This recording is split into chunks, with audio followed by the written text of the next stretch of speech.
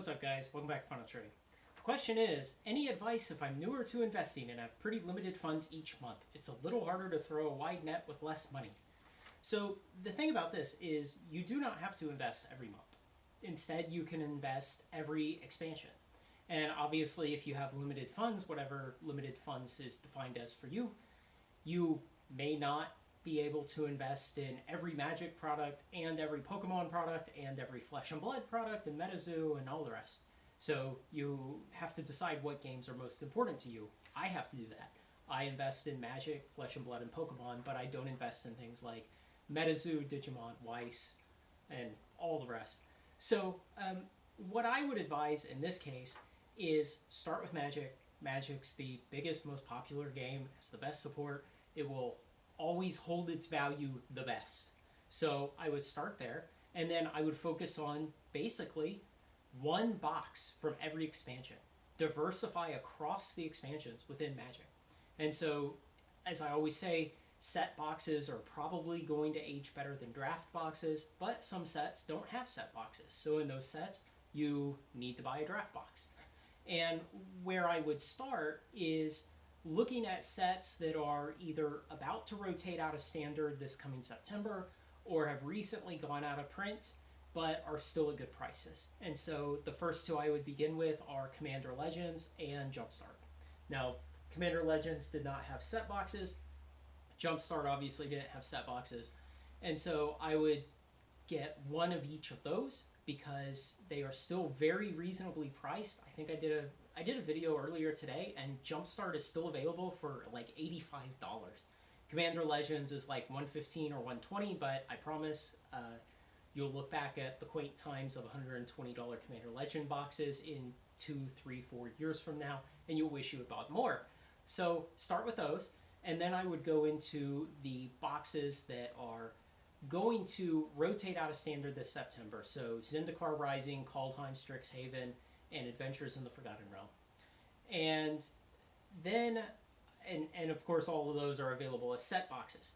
So everything up to now, those are the ones I would focus on initially because their supply is going to start tightening. When they rotate out and they go out of print, they're going to start going up in price. So that's what I would start buying today.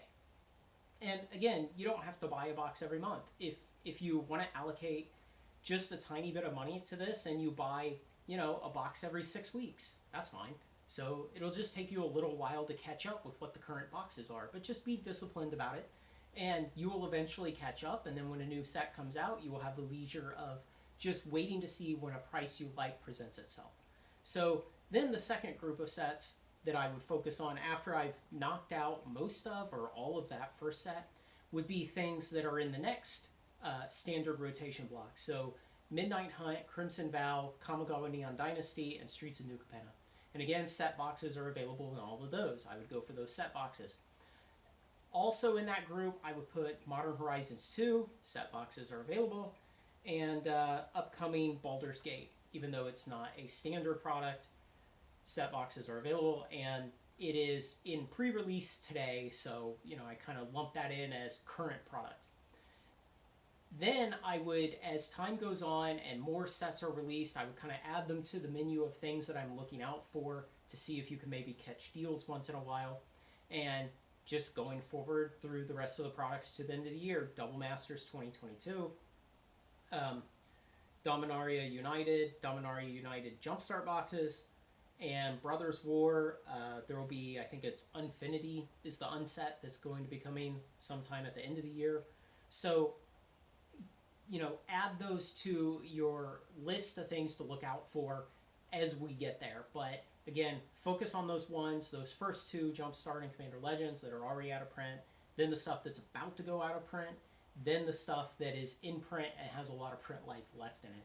So that you're kind of reaching backwards in time and picking up some of those things that have not quite appreciated too much yet. So that's what I would do. I would just aim to get one set box of each. That will diversify you nicely. You will be very happy with the returns of that.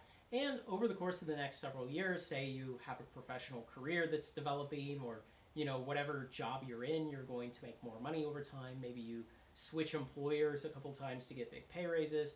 Then you can decide whether or not you want to allocate more money to this. and you might decide that you want to start adding a collector box of every set, or just a second set box would not be a bad idea. Or maybe you decide you want to get a booster box of every Pokemon release, or every Flesh and Blood release. So those are kind of the things I would think about when you don't have as much money that you want to allocate towards this, but you do want to put something back in the closet over time. Just make sure you're diversifying across all of the expansions of whatever games you're interested in. So let me know if you're actually doing it that way. If you're someone who just allocates a small amount of money to this hobby, let me know what you're doing and what your results have been. So I appreciate hearing that. Otherwise, like, comment, share, and subscribe, and join me on Final Trade. Thanks a lot.